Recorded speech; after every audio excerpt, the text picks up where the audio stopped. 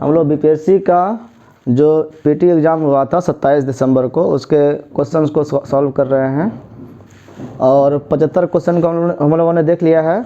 आज 76वां देखेंगे 76 से 100 क्वेश्चन को, जो बुकलेट सीरीज ए का है।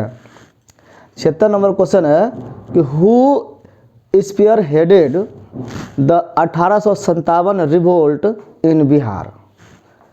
कर हेड के रूप में, नायक के रूप में किसने काम किया 1857 में जो रिवोल्ट हुआ था, विद्रोह हुआ था इन बिहार में। बिहार कहाँ है? इंडिया में। इंडिया में जब अंग्रेज़ों का शासन था तो उससे मुक्ति पाने के लिए, गुलामी से मुक्त होने के लिए जो आंदोलन हुआ उसको प्रथम स्वतंत्रता आंदोलन कहा जाता है।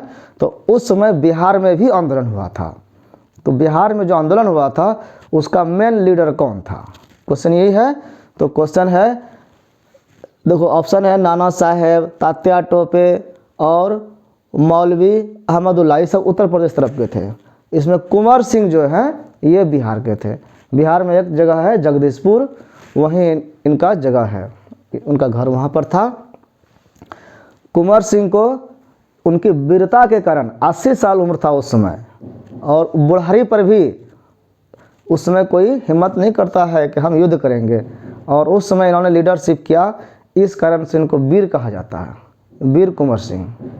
और इनको प्यार से बाबू कुंवर सिंह भी कहा जाता है। ये जो थे ना, ये कौन थे, किस वंश के थे?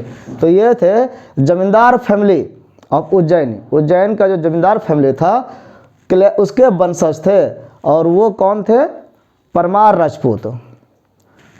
ठीक है, राजपूत का जो परमार वंश है उसके वंशज थे ये, और ये इनका घर था जगदीशपुर में। इनका जन्म 13 नवंबर 1777 में हुआ था, और इनका जो डेथ हुआ, ये शहीद जो हुए 26 अप्रैल 1858 को हुआ था। और इनका जो ये जो युद्ध करते थे वो छिप छिप के युद्ध करते थे। इनके युद्ध शैली से अंग्रेज घबराए रहते थे और मुश्किल से इसको पकड़ पाए, नहीं पकड़ पाए कभी। अंत समय में गंगा पार करते समय इन पर जो गोलीबारी किया गया तो उससे इनको बाएं हाथ में गोली लग गया था। तो गोली के इन्फेक्शन से हाथ में और शरीर को कष्ट नहीं हो, इसलिए उन्होंने गंगा में अपने हाथ को यहाँ से काट करके गंगा माँ को भेंट कर दिया था। बहुत वीरता इन्होंने दिखाई थी। अगला क्वेश्चन है, who drew Gandhi ji's attention. Gandhi ji का अटेंशन जो है, ध्यान, किसने खींचा, कहाँ पर, कैसे खींचा, कहाँ के लिए? To the plight of indigo peasant in Champaran. Champaran में जो पीजेंट थे, किसान थे, फार्मर थे, उनकी दुर्दशा के लिए। और कौन किसान थे? इंडिगो, नील की खेती करने वाले जो किसान थे, उनकी दयनीय स्थिति थी, उनकी दुर्दशा हो रही थी अंग्रेज़ों के द्वारा। क्या अंग्रेज़ों के द्वारा हो रहा था? वहाँ सिस्टम था 3 कठिया सिस्टम। 3 कठिया में क्या होता है कि 20 कट्ठे का बीघा होता है, तो 20 कट्ठे में 3 कट्ठे पर नील की खेती करना अनिवार्य कर दिया गया था। मतलब 20 पंचे 100 और 3 पंचे 15, तो 15% ज़मीन पर जो भी किसान है उनको नील की खेती करना बहुत ही जरूरी था। और उसमें पैर से काम किया जाता था, नील में डुबा करके। पैर कभी फटता था, बीमार हो जाते थे लोग, ज़मीन भी खराब होता था। तो इस दुर्दशा से मिटाने के लिए कि कैसे अंग्रेज़ों से ये जो हालत करवा रहा है कैसे रोका जाए, तो इसके लिए गांधी जी का ध्यान खींचा। किसने? उसके लिए फेमस है Rajkumar Shukla. Option number D, इन्होंने गांधी जी को लेटर लिखा था और कहा था कि हमारे यहाँ दुर्दशा है, इस पर आप कुछ कीजिए। और इसीलिए गांधी जी आए भी थे और ये विद्रोह को दबाने में मदद हुआ। Which was the first capital of ancient महाजनपद Magadh. Magadh जो जनपद है, हम लोग पढ़ते हैं कि भारत में 16 जनपद थे। 16 जनपद में से एक जनपद मगध थे। मगध बहुत बड़ा साम्राज्य रहा था। तो इसकी राजधानी जो थी, पहला राजधानी कौन सा था, ये क्वेश्चन ये है। ऑप्शन देखते हैं क्या है, पाटलिपुत्रा, वैशाली, चंपा, अंग, ये सब नहीं है। पाटलिपुत्रा इसका राजधानी रहा है, बाद में रहा है। वैशाली जो है ये उस तरफ का है, वो भी नहीं था। मगध जो क्षेत्र है वो गंगा के दक्षिणी क्षेत्र में था, गया के, राजगीर, ये सब एरिया में। अंग और चंपा जो है ये अंग क्षेत्र का था, मगध साम्राज्य का भाग नहीं था। इसका पहला राजधानी था राजगृह, जिसको अभी राजगीर कहते हैं, और दूसरा था पाटलिपुत्र जो पटना बना था। तो इसमें से जो राजधानी था वो है नहीं, इसलिए इसका आंसर होगा ई, यानी नन, कोई नहीं। अगला क्वेश्चन है Swami Sahajanand was related to which of the following. Sahajanand Swami किससे रिलेटेड है, किससे संबंधित है, ये देखना है। तो सहजानंद स्वामी ने क्या किया था कि ऑल इंडिया किसान सभा का स्थापना किया था। तो किसान सभा हो गया, किसानों से संबंधित हुआ, और ये बिहटा में, जो बिहार पटना के पास है, बिहटा में इन्होंने आश्रम खोला और वहीं से सेवा किया, और बहुत विद्वान साधु संत थे ये, इन्होंने कई बुक लिखे, और इस कारण से ये किससे संबंधित हो गए, ट्राइबल मूवमेंट इन बिहार, ये नहीं होगा, जनजातियों का मूवमेंट नहीं कर रहे थे। लेबर मूवमेंट इन बिहार, मजदूरों का मूवमेंट नहीं कर रहे थे। पीजेंट मूवमेंट इन बिहार, किसानों का मूवमेंट पर इन्होंने ध्यान दिया था। और कास्ट मूवमेंट इन बिहार, जाति मूवमेंट से इसको मतलब नहीं था। ऐसे उन्होंने जाति में, भूमिया जाति पर लिखा है बुक, लेकिन यहाँ किसानों पर ध्यान दिया गया था। Which of the following was Gandhi's first Satyagraha movement in India in which he used civil disobedience? Gandhi ji का पहला सत्याग्रह आंदोलन कौन सा था भारत में, इन इंडिया में? इसके पहले अफ्रीका में भी उन्होंने किया था, तो भारत में जो किया था वो पहला कौन सा सत्याग्रह था जिसमें उन्होंने क्या किया था, सिविल डिसओबीडियंस का मतलब नागरिक के द्वारा क्या किया था, ओबीडियंस नहीं, ओबीडियंस का मतलब होता है आज्ञा पालन करना, नियमों पर चलना, और डिसओबीडियंस का मतलब हो गया आज्ञा का पालन नहीं करना, यानी उल्लंघन करना। इसी को कह सकते हैं असहयोग आंदोलन करना। तो ये पहली बार कहाँ किया गया था, तो वही चंपारण में किया गया था। जो ये क्वेश्चन दूसरा 77 नंबर है कि शुक्ला, राजकुमार शुक्ला जी ने बुलाया था नील की खेती पर विरोध करने के लिए गांधी जी को, कहाँ पर, चंपारण, वहीं पर इन्होंने पहला सिविल डिसओबीडियंस आंदोलन किया था। इसलिए आंसर क्या हो गया, चंपारण। ये कब किया गया था, 1917 ईस्वी में। नेक्स्ट क्वेश्चन है the largest island of Japan. Japan का सबसे बड़ा आइलैंड, सबसे बड़ा द्वीप, आइलैंड मतलब द्वीप जो चारों तरफ पानी से घिरा रहता है।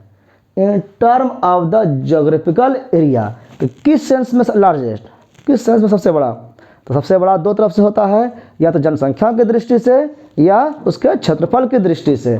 तो कह रहा है ज्योग्राफिकल एरिया की दृष्टि से, मतलब क्षेत्रफल की दृष्टि से कह रहा है। तो सबसे बड़ा द्वीप कौन सा है जापान का? जापान का देखो, जापान जो बना है 5 बड़े टापुओं से बना हुआ टापुओं का देश है, और इसके अलावे कितना 6847 दूर दूर द्वीप बसे हुए हैं। मतलब टोटल हुआ 6847 प्लस 5, तो 6852 द्वीप समूह का एक क्षेत्र है। कौन? जापान। जापान देश जो है एक जमीन नहीं है, इतने छोटे छोटे द्वीप समूह का मिला जुला भाग है। तो इसमें कह रहा है कि सबसे बड़ा कौन सा है, तो ये जो ऑप्शन यहाँ दिया हुआ है सब जापान का ही, वो बड़े 5 जो आइलैंड हैं उसका ही नाम है। होक्काइडो, होन्शु, शिकोकू, क्योशु, एक और नाम इसमें नहीं दिया है, वो ओकिनावा है। इसमें सबसे बड़ा जो है वो होन्शु है। होन्शु जो द्वीप है वो जापान का क्षेत्रफल की दृष्टि से सबसे बड़ा द्वीप है। नेक्स्ट क्वेश्चन देखते हैं, Greenland is a part of which. Greenland मतलब क्या, हरा जमीन नहीं, ग्रीनलैंड एक देश है। तो कह रहा है कि ग्रीनलैंड जो है a part of which one of the following countries, किस देश का भाग है। देश में देश या स्टेट कह सकते हैं, तो किसका भाग है? तो वो है डेनमार्क का। किसका है? डेनमार्क देश का एक भूभाग है जो ग्रीनलैंड कहलाता है। ग्रीनलैंड जो है क्या है? ऑटोनोमस कंट्री है, मतलब यहाँ ये भी एक कंट्री के जैसा ही है, और यहाँ सरकार जो है वो ऑटोनोमस है with in kingdom of Denmark, लेकिन उसका साम्राज्य डेनमार्क के अधीन है। यहाँ पर क्या क्या वेराइटीज है? जियोग्राफिकली जो है ये नॉर्थ अमेरिका से जुड़ा हुआ है डेनमार्क का, समझो, और नॉर्थ अमेरिका से फिजिकली वो जुड़ा हुआ है, और पॉलिटिकली राजनीतिक रूप से और कल्चरली सांस्कृतिक रूप से ये यूरोप से जुड़ा हुआ है। मतलब इसका कितना लोगों से संबंध है, मतलब विभिन्न तरह के यहाँ पर वैराइटीज के लोग रहते हैं। भौगोलिक क्षेत्र से नॉर्थ अमेरिका के, सांस्कृतिक रूप से ये यूरोप के, और ऑटोनोमस बॉडी है किंगडम किसका? डेनमार्क के अंदर। तो इसलिए यहाँ क्वेश्चन है कि किसका? ऑप्शन देखो क्या क्या है यहाँ पे, Denmark, Finland, Canada, United Kingdom, none. तो यहाँ पर ऑप्शन डेनमार्क का सीधा सीधा है, साम्राज्य उसके अंदर है, ऑप्शन ये हो जाएगा ए। नेक्स्ट क्वेश्चन है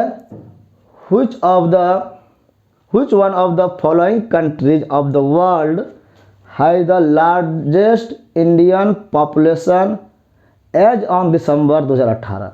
कह रहा है कि दिसंबर 18 के हिसाब से सबसे ज़्यादा जनसंख्या जो है किस देश में है? यहाँ पे देखो, United Arab Emirates, Malaysia, United Kingdom, United State of America and none, ये ऑप्शन दिया हुआ है। इसमें जनसंख्या की दृष्टि से हम देखते हैं तो वो है यूनाइटेड किंगडम। क्यों? क्योंकि यूनाइटेड किंगडम में 57 लाख है जनसंख्या, अगर देखते हैं तो। यूएसए में ये किसका है? इंडियन पॉपुलेशन, वहाँ का पॉपुलेशन नहीं है। हमारे भारत के लोग जब विदेशों में जाके बस जाते हैं तो उसकी जनसंख्या में भारत की जनसंख्या का भाग मिला हुआ है। तो कह रहा है कि विदेशों में बसे जो हमारे भारतीय हैं वो सबसे ज़्यादा कहाँ बसे हैं इस ऑप्शन में। तो ऑप्शन में देख रहे हैं कि यूनाइटेड किंगडम में 57 लाख है इंडियंस, यूएसए यानी अमेरिका में 34.37 लाख है, और यूएई यूनाइटेड अरब अमीरात जो है इसमें 34.25 है लाख, और मलेशिया में 29 लाख है। जो ऑप्शन दिया है तो सबसे ज़्यादा कहाँ हो गया? यूनाइटेड किंगडम में, मतलब 57 लाख है वहाँ पर। और ये जो इंडियंस बाहर में बसे होते हैं उसको क्या कहते हैं? उसको कहते हैं ओवरसीज इंडियन। क्या बोलते हैं? क्योंकि सी समुद्र जो है, समुद्र के पार जो बसे हुए हैं इंडियन, उसको कहते हैं ओवरसीज इंडियन। ओवरसीज इंडियन को और कहते हैं एनआरआई। क्या नाम बोलते हैं? एनआरआई। एनआरआई बोलते हैं इसे, शॉर्ट में फिल्म में हम लोग सुनते हैं वर्ड। तो एनआरआई का क्या मतलब हुआ? एनआरआई का मतलब हुआ नॉन रेसिडेंट इंडियंस। ऐसे इंडियंस जो नॉन रेसिडेंट है, रहते नहीं हैं। रेसिडेंट जो यहाँ रहना चाहिए वो अस्थायी रूप से इंडिया में, वो इंडिया में नहीं रहते हैं, मतलब बाहर रहते हैं। तो इंडिया में बाहर रहने वाले, इंडिया से बाहर रहने वाले इंडियंस को एनआरआई बोलते हैं। और इसी को पीओएस भी बोलते हैं, पीआईओएस। पीआईओएस का क्या मतलब हुआ? Persons of Indian origin. ऐसे लोग जिसका ओरिजिन जो है, जिसके माता पिता जो है, वंशज, दादा पता नाना कोई भी कोई ना कोई इंडियन हो, उसको पीओएस बोलते हैं। इसका काम जो देखभाल करता है, कौन करता है? मिनिस्ट्री ऑफ एक्सटर्नल अफेयर्स, केंद्र सरकार का मंत्रालय है, ये इसका देखभाल करता है, इसके बारे में हिसाब रखता है। और इस मिनिस्ट्री के अनुसार अभी फ़िलहाल वर्तमान में जो विदेशों में भारतीय बसे हुए हैं वो है 32 मिलियंस। इतने लोग विदेशों में बसे हुए हैं। नेक्स्ट, इसलिए यहाँ पर सी ऑप्शन हो गया। अगला है अमॉन्ग द फॉलोइंग कंट्रीज, आगे जो कंट्रीज का नाम दिया हुआ है, which country has recorded the highest annual gold output यानी टन में इन 2019। गोल्ड आउटपुट ये क्या है? सोने का उत्पादन करना, आउटपुट करना। हमारे अंदर जो है, ज़मीन के अंदर कहीं ना कहीं सोना रहता है, तो सोना जितने पूरा दुनिया में है खोज हुआ और उसका खनन होता है। तो कह रहा है कि खनन के रूप में सबसे ज़्यादा खनन किस देश ने किया है 2019 में? तो 2019 में जो खनन हुआ है उसमें देखो नाम क्या, Russia, Australia, China, United States of Malaysia, America and none. तो इसमें जो स्थान आया है वो सबसे ज़्यादा स्थान है चाइना का 2019 के अनुसार। दूसरा स्थान किसका यही पूछा जा सकता है, तो वो है रसिया। तीसरा स्थान क्या है? ऑस्ट्रेलिया।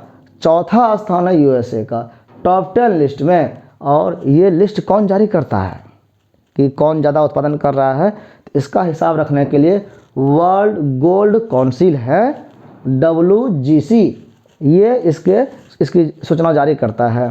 ये लिस्ट बदलते रहता है। क्यों बदलते रहता है?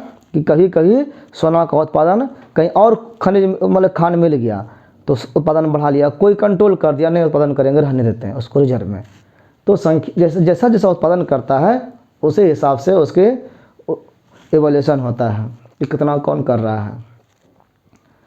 अब अगला है among the following continents. Continents मतलब महादेश।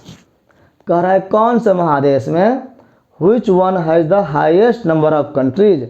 किस महादेश में देश ज़्यादा है?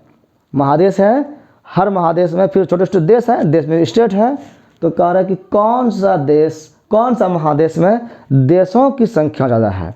किस कॉन्टिनेंट में कंट्रीज की संख्या हाईएस्ट नंबर पर है? तो वो है अफ्रीका। कौन सा है देश, महादेश? अफ्रीका महादेश में सबसे ज़्यादा कंट्री है। अभी कितना है? एडिशनल जानकारी है जो 54 कंट्रीज कहाँ है? अफ्रीका में। 195 टोटल कंट्रीज वर्ल्ड में माना गया है रिकॉग्नाइज्ड, उसमें से 54 जो है वो कहाँ है? अफ्रीका में।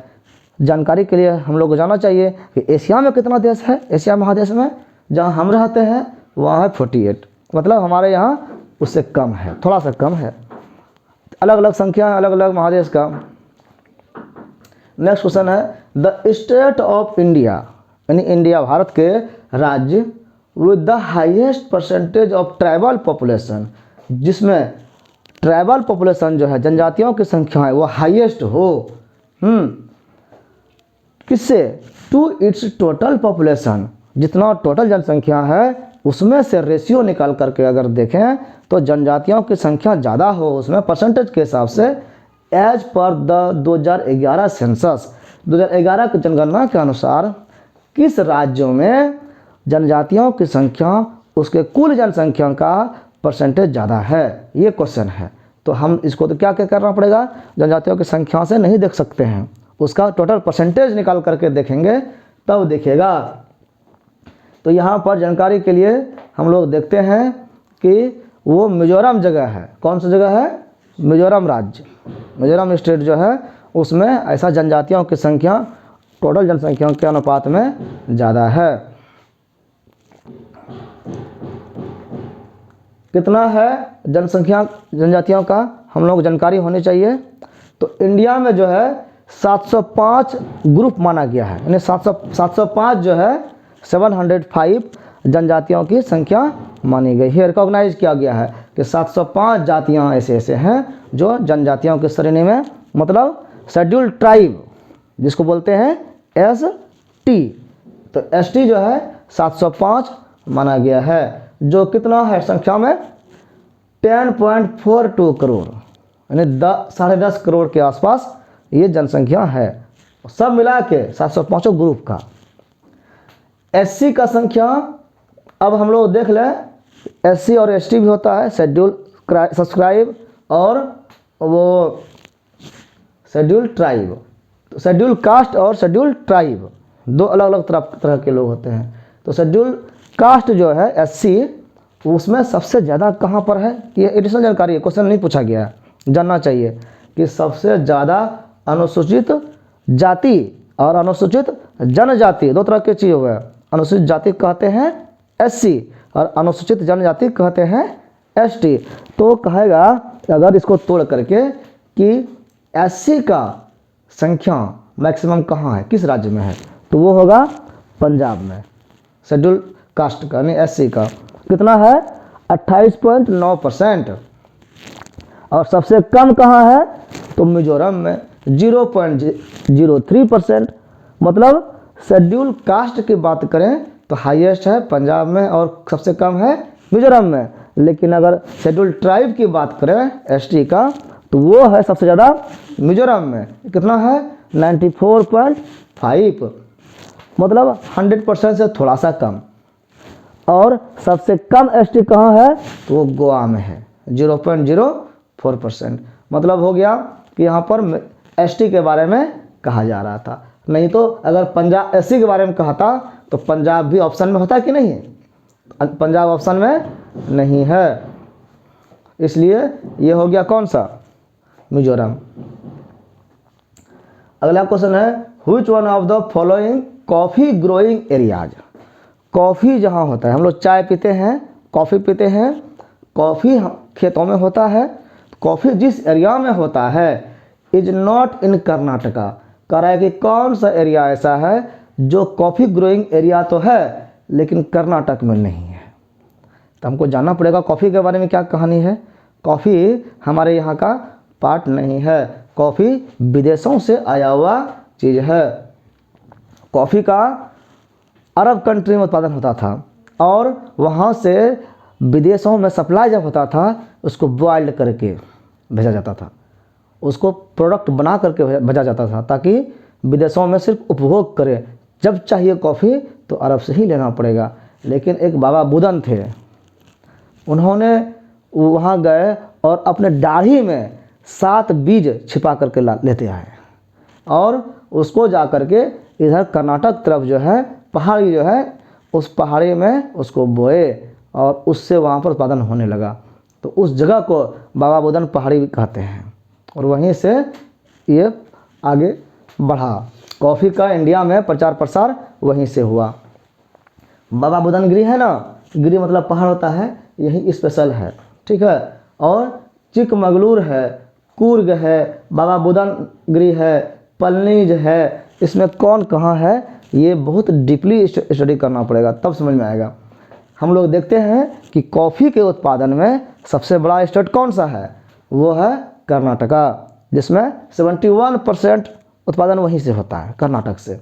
दूसरा है केरल जिसमें 21%। तीसरा है तमिलनाडु जिसमें 5% कॉफ़ी का उत्पादन होता है। इसके अलावा भी और तेलंगाना वगैरह स्टेट को जोड़ा गया है। और 7 सिस्टर जो है हमारा नॉर्थ ईस्ट में, उधर भी इसके प्रसार को फैलाया गया जहाँ चाय होता है। तो धीरे धीरे ये बढ़ेगा। इसमें कॉफ़ी की 2 जातियाँ स्पेशली जो है इंडिया में उगाया जाता है। वो क्यों कौन कौन सा है, अरेबिया एक, दूसरा है रोबस्टा। 2 तरह के कॉफ़ी का उत्पादन इंडिया में किया जाता है, अरेबिया और रोबस्टा।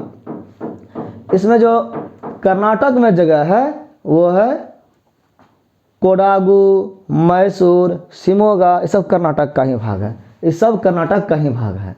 एक पलनी छुड़ा करके, पलनी हिल जो है वो तमिलनाडु में है। मतलब हो गया कि क्वेश्चन पूछा था कि कर्नाटक में कौन नहीं है, तो कौन सा आंसर हो गया, पलनी। पलनी क्या है, हिल है, पहाड़ी है वहाँ पर।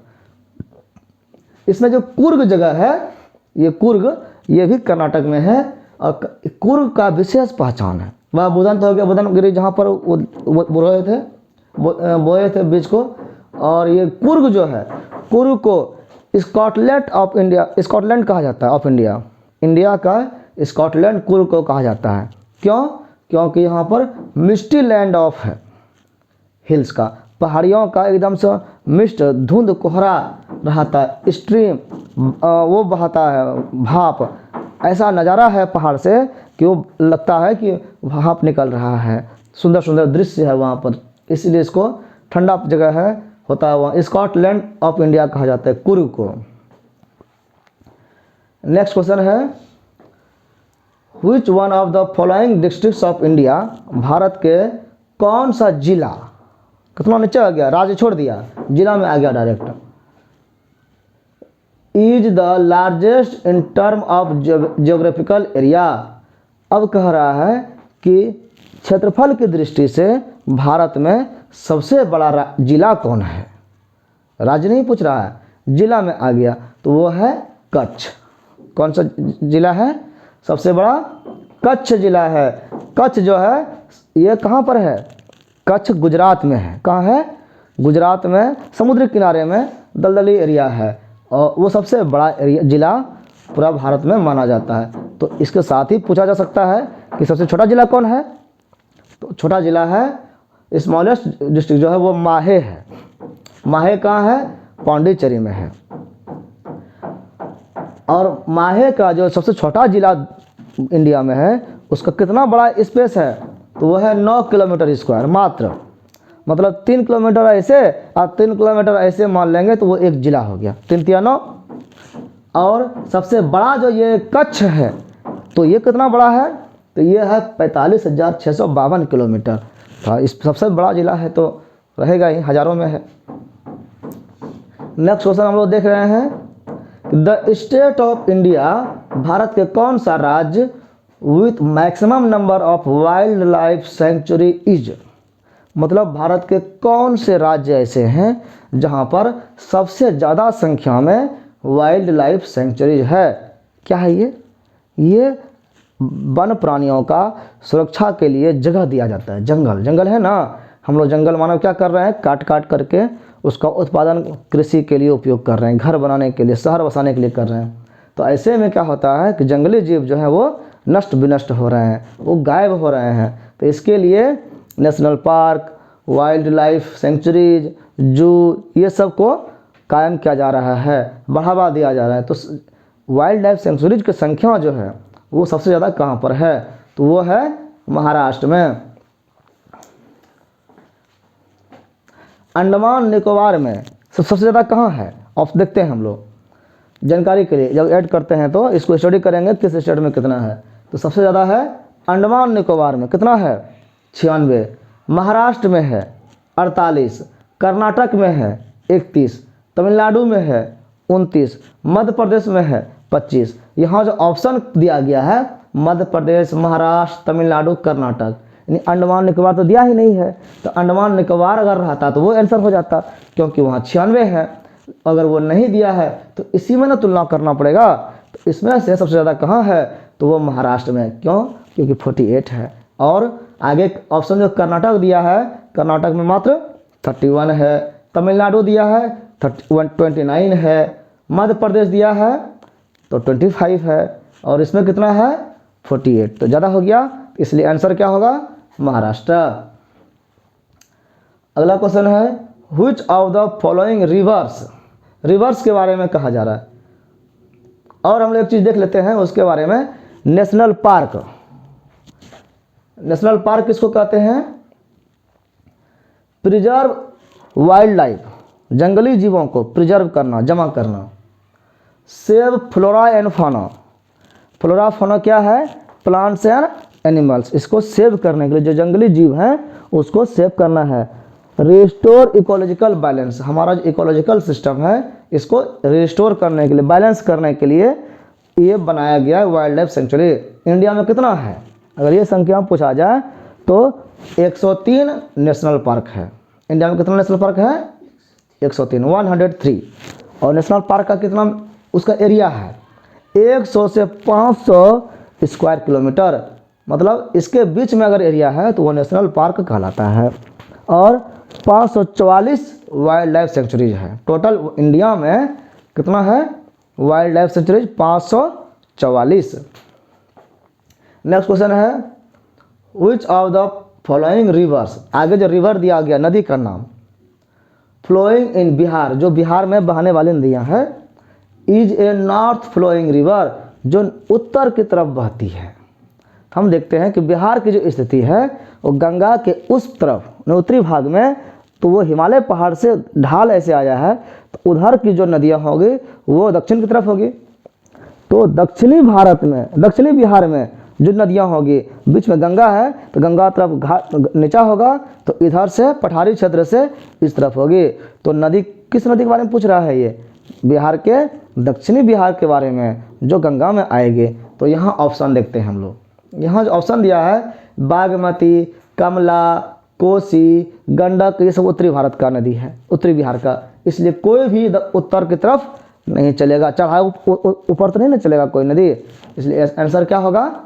नन, कोई नहीं। दक्षिणी भारत की अगर दक्षिणी बिहार का अगर कोई नदी रहता तो फिर नाम वो आंसर होता। मान लो स्वान रहता तो स्वान दक्षिण से ऐसे चलती है, उत्तर की तरफ गंगा में मिलती है। पुनपुन है, कर्मनाशा है, ये सब नदी अगर रहता तो आंसर वो होता, लेकिन यहाँ पर आंसर कोई नहीं है। नेक्स्ट क्वेश्चन देख रहे हैं, Atal tunnel is across. Atal tunnel, Atal कौन थे? अटल जी हमारे प्रधानमंत्री थे, पूर्व प्रधानमंत्री।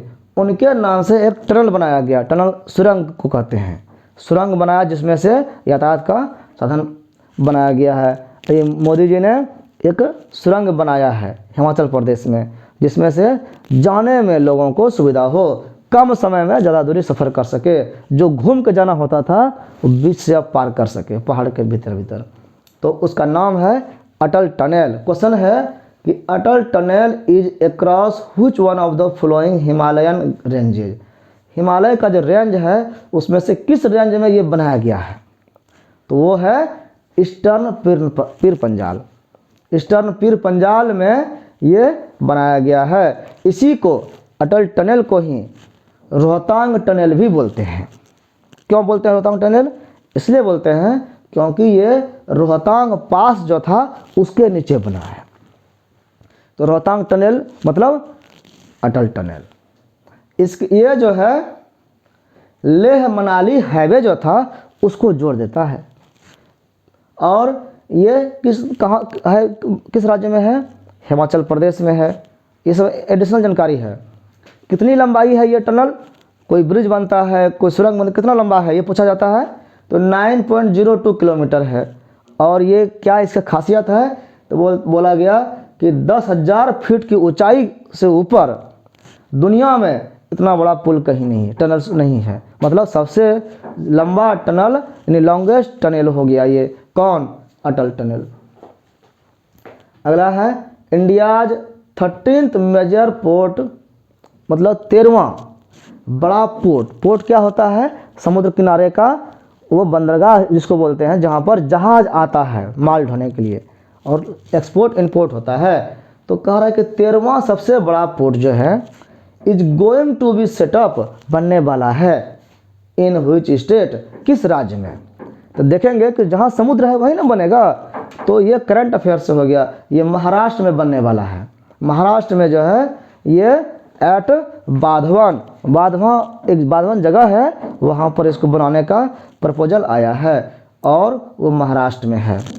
इस पे 65,544.54 करोड़ खर्च आएगा। और ये कहाँ है? नियर JNPT के पास है। जवाहरलाल नेहरू पोर्ट ट्रस्ट जो बगल में है, वहाँ पर इतना लोड हो गया कि जितना आना चाहिए उतना जगह ही नहीं दे पा रहा। मतलब बस स्टैंड में अगर 25 बस रखने की कैपेसिटी है तो 150 बस आने लगे तो कहाँ रहेगा? तो मुश्किल है। तो उसके लिए अलग बस स्टैंड बनाना पड़ेगा। तो इसीलिए नया पोर्ट बनाने का काम किया गया है। अभी वर्तमान में 12 मेजर पोर्ट हैं, 12 बड़े बड़े पोर्ट हैं।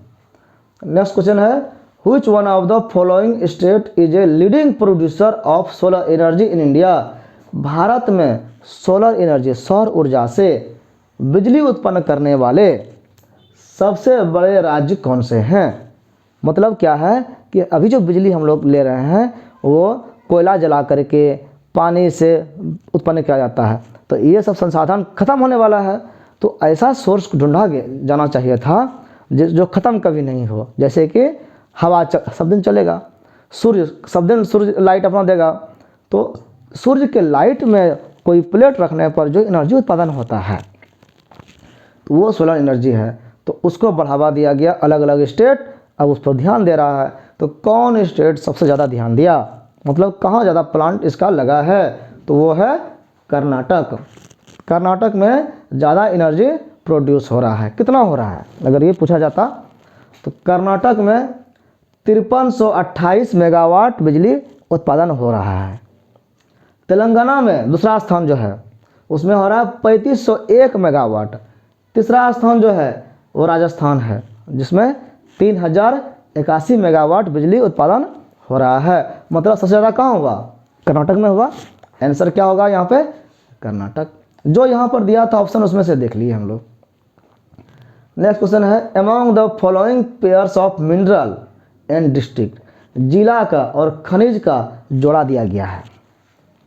Which one is correctly match, इसमें कौन कह रहा है सही जोड़े में लगा हुआ है? तो वो है लाइमस्टोन कैमूर, मतलब कैमूर में लाइमस्टोन पाया जाता है। माइका भागलपुर, भागलपुर में माइका मिलता है। मधुबनी क्वार्टाइट, तो क्वार्टजाइट मधुबनी में मिलता है। लेड जिंक गया, गया में लेड जिंक मिलता है।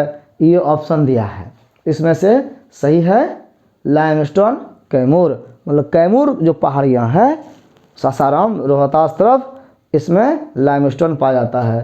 तो इसके लिए हम लोगों को ये डिटेल्स याद रखना पड़ेगा, चप्पे चप्पे का डाटा रखना पड़ेगा, तभी इस तरह का क्वेश्चन बनेगा। जैसे कि कल्याणपुर लाइमस्टोन है, ये माइन जो है एक खदान ये रोहतास में है, इसलिए ये आंसर सही होगा। माइका का जो दिया हुआ है ऑप्शन, तो माइका को किसके साथ दिया हुआ है? भागलपुर के साथ, जबकि ये गलत है। कैसे कि माइका जो है नवादा और मुजफ्फरपुर में पाया जाता है, तो ये ऑप्शन भागलपुर के साथ जोड़ दिया तो गलत हो गया। क्वार्टजाइट जो ऑप्शन दिया है, क्वार्टजाइट किसके साथ दिया है? मधुबनी के साथ, जबकि है किसके साथ? भागलपुर, जमुई, मुंगेर, नालंदा, क्वार्टजाइट उधर है, जबकि दे दिया है मधुबनी, तो गलत हो गया ये भी। हमको सभी ऑप्शंस को चेक करना पड़ता है तब हम आंसर बना सकते हैं।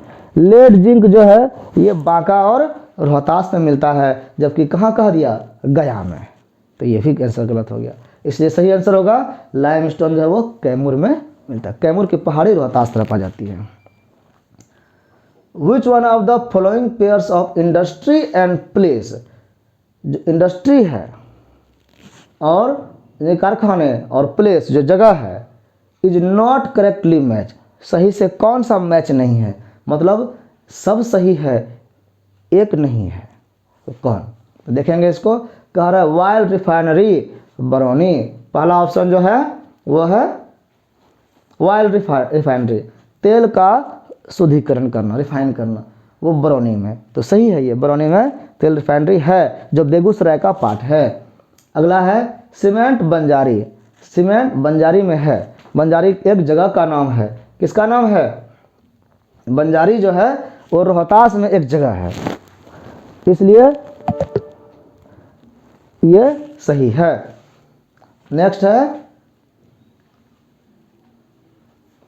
फर्टिलाइजर भौराही, उर्वरक का उत्पादन भौराही में है। भौराही देखो कितना फेमस है, जबकि एक गांव है, यहाँ पर है कुशवाहा एग्रो, और ये कहाँ है?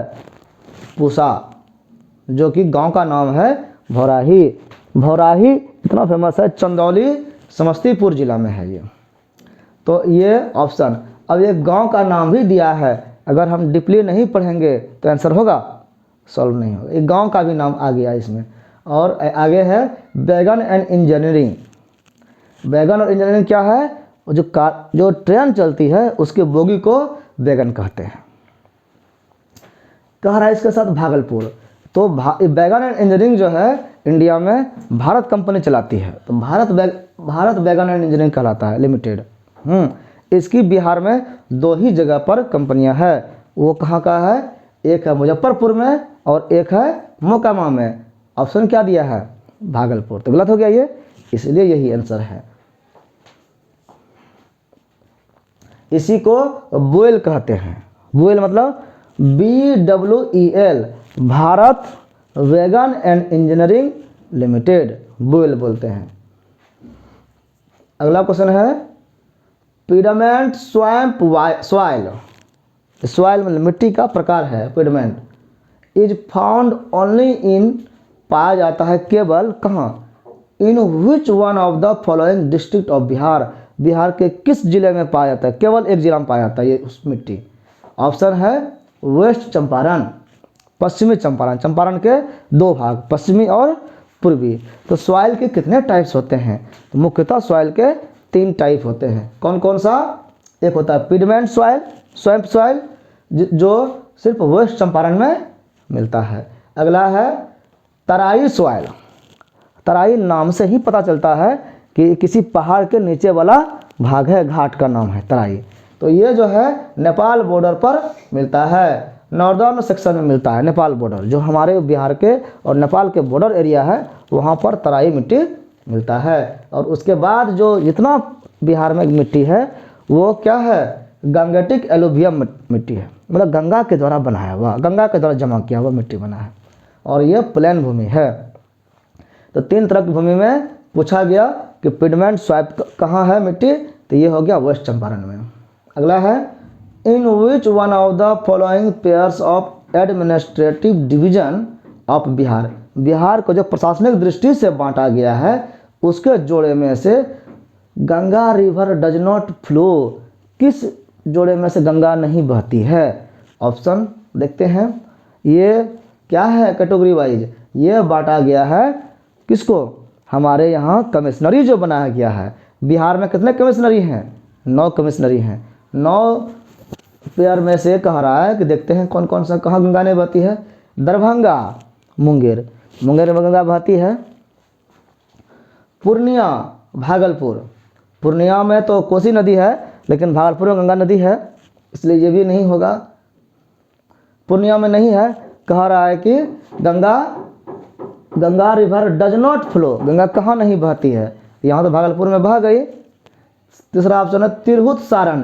तिरहुत जो है ये मुजफ्फरपुर एरिया वाला है, इसमें गंगा नहीं बहती है। लेकिन सारण जो है, सारण छपरा के आसपास का है, छपरा, हाजीपुर, वैशाली, इसमें गंगा तो बहती है, इसलिए ये भी ऑप्शन नहीं होगा। तिरहुत में नहीं बहता है, मुजफ्फरपुर एरिया में, लेकिन इसमें बहता है।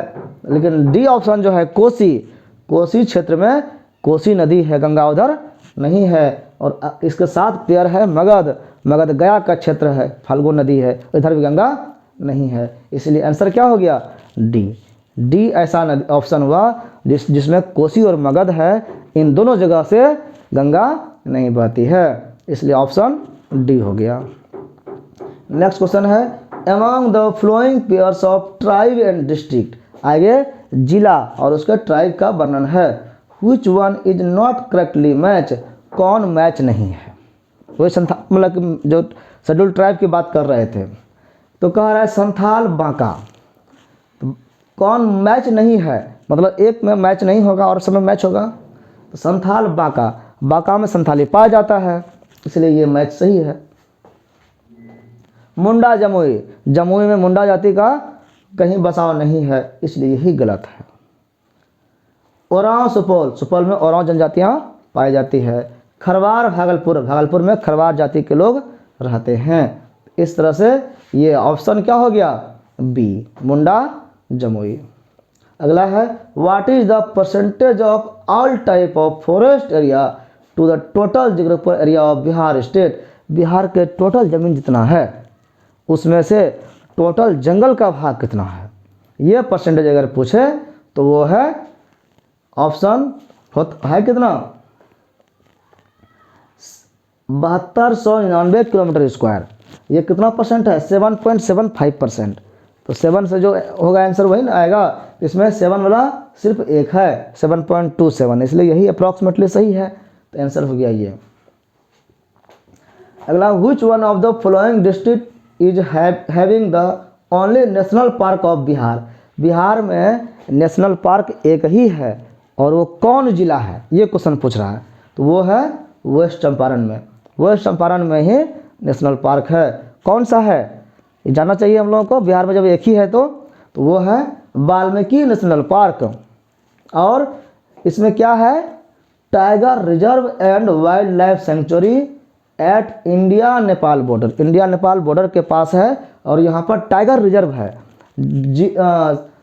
टाइगर को वहाँ पर जमा करके रखा जाता है, उसके लिए अनुकूल वातावरण बनाया गया है, शिकार वगैरह दिया जाता है कि टाइगर ख़त्म नहीं हो। On the bank of river Gandak, वहाँ पे गंडक नदी के किनारे ये है। कितना स्क्वायर में है? 898.45 किलोमीटर स्क्वायर में ये है। और इसकी स्थापना 1976 में हुई थी। हम लोग देख रहे थे एसटी के बारे में, तो बिहार में कितने एसटी हैं, जातियों की संख्या कितना है? तो मान्यता प्राप्त ये 30 है अभी वर्तमान में। जनजातियों की संख्या, जातियों की संख्या जो है ये समय समय पर बदलते रहता है। कभी कभी क्या होता है कि जातियाँ कुछ पलायन कर जाती है, एक स्टेट से दूसरे स्टेट में चल जाती है, तो जहाँ से गया वहाँ कम हो गया, जहाँ चल गया वहाँ बढ़ गया। कभी कभी सरकार इसको रिकॉग्नाइज करता है, इस जाति के लोग ये एसटी में आएंगे, एससी में आएंगे। फिलहाल वर्तमान में अभी कुछ सालों पहले लोहार जातियों तो ईबीसी में आता था, उनको एसटी में कर दिया गया। इस तरह से और भी कई जातियां हैं, ये प्रशासनिक दृष्टि से आगे पीछे किया जाता है, इसलिए डाटा ये चेंज होते रहता है।